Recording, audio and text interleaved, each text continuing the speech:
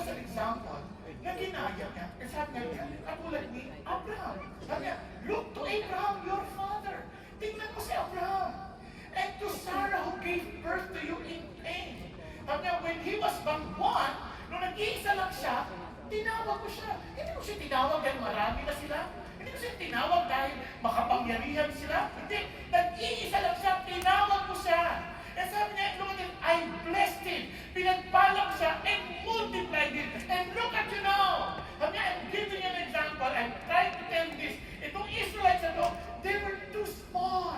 But God wants to bless them. God wants to multiply them. When we became Christians, we're too few.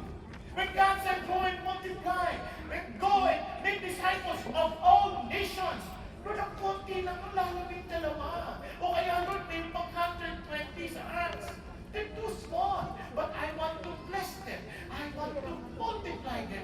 Because I want them all to experience my grace, my faithfulness, my love, my holiness. Nakuha po, that they may experience that I am the limitless God they're looking for. Naunawaan po? Kaya yun ang heart ng Diyos. And look at this. And why did God choose Abraham?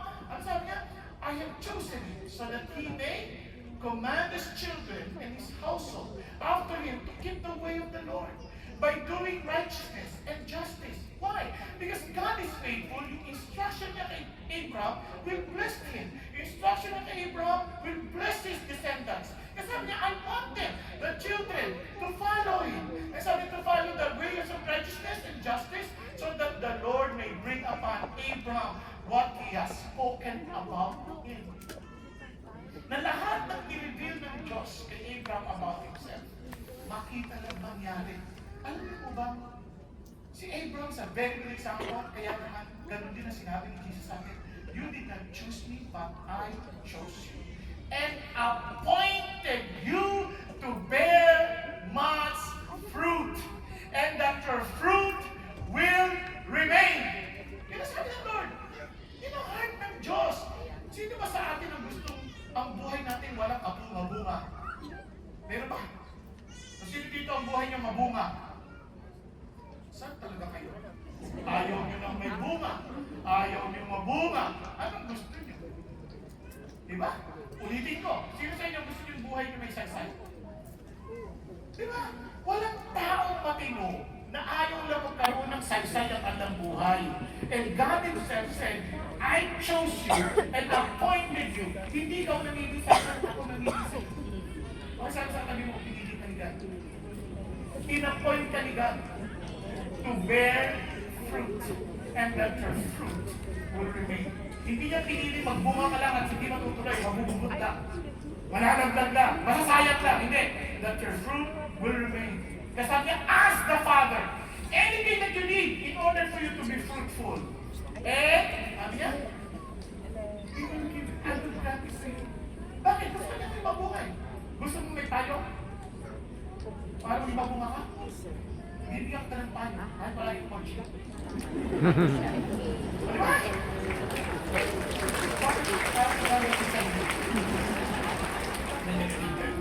Pasensya na kayo kung ano-ano po ang pasensya ko. Nabalik tayo sa katotohanan. Now, alam po ninyo, minsan nakakatulog po, no, tayo po, hinahamon, very revealing po kapag nangyari sa atin. Tingnan niyo po yung mga ghost projects na po. Very revealing. Bakit po natin? Isipin nyo, we are Christian nation. The only Christian country in the Far East. Tapos ang daming ghost projects. Bakit? Baka naman yung Christian faith natin ay ghost faith din. Meaning, we claim that we have faith, pero hindi mo makita.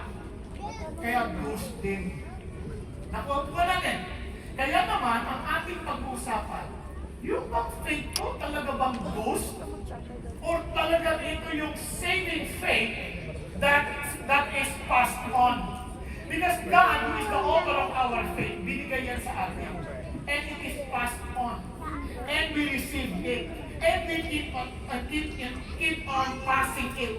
Kasi pinapasa lang. It's not something we invented. It is not something na tayo po ang ano yan, formulate.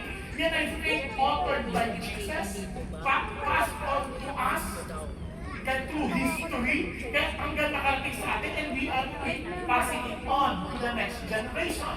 Are you following? Yung bang faith na yan, yung faith na hinahanap natin.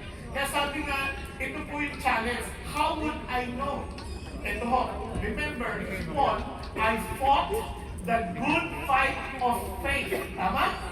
Kaya remember, kasi kaya ako lang ginawang good para lang madali ko maalala kasi ganyan ako mag-aral noon eh. Naghahanap ako ng madali kong makorelate para maalala ko pa nag-exam. Kaya madalas perfect ako. Ay, ang yapon ko. Joke lang! Hindi naman lagi perfect. Minsan 99. No, kaya, ano ang ibig sabihin? So, yung faith natin, if it is a saving faith that's passed on, yan ay God-centered, yan ay obedient, yan ay forward-going or progressive. Yan ay hindi progressive na nagbabago, kundi lumalago. Yan ay dedicated or surrendered life. Nakasurrender yung buhay sa Diyos. Are you following? Yun ang katangian ng faith na yan. So para lalo natin ma-appreciate isa-isahin natin. Sabi natin, it is God-centered. Bakit? Napaka-importante. Yung pananampalataya, hindi nakabatay yan sa pakiramdam o sa sarili mong pananampalataya. Hindi yan nakabatay sa laki o sa liit ng pananampalataya. Kasi kahit malaki yung pananampalataya mo sa isang bagay, kung yan ay scam pa rin yan. Tama? Kaya ang laki ng pananampalataya ko na pag binigay mo yung pera mo, kikita ka ng 4%. Halimbawa, may mga ganun. Sabi niya, ibigay yung pera mo, monthly, tatanggap ka ng 4%. Nakita. Nako, kung iisipin mo mga wow, so nagbigay ka, totoo nga, binigyan mo ka ng 4%. Naggaya ka pa ngayon, tumaas ang pananampalataya mo, naggaya ka pa ng iba. Sabi mo, babalik ko yung pera mo. Yung problema, ikaw ay nag-iisip ng mabuti. Kung 4% ka na monthly basis, ano ba dapat ang kikitain itong nagtatrabaho na to? Di dapat at least 5% para may kita pa siya 1% on a monthly basis. Tama ba? Parang malabo ate yan. Lalo na ang pangako pa nila, hindi lang po, 10% pa. O di ba? Si ano yan? Di talaga ba? Malabo na. Ibig sabihin, hindi uubra. Kung saan ito nag-iisip, hindi uubra. Eh dapat nakadama ka. Bigay ka na rin. Binigay mo na lahat! Only to find out, hindi mo na sila makikita. Ang dami na-i-scam sa ganyan, tinawagan lang. Pagbigay ko, may mga papadala. Kailangan mo na magpadala ng pera mo na para makuha mo yung padala mo. O yung pinadala mo na, kulang pa. Kaya padala ka na naman. Para matanggap mo to. Kulang pa rin, padala ka na naman. Hanggang sa, hindi mo na maintindihan ang katotohanan sa hindi. Sa taas ng pananampalataya, pero mali yung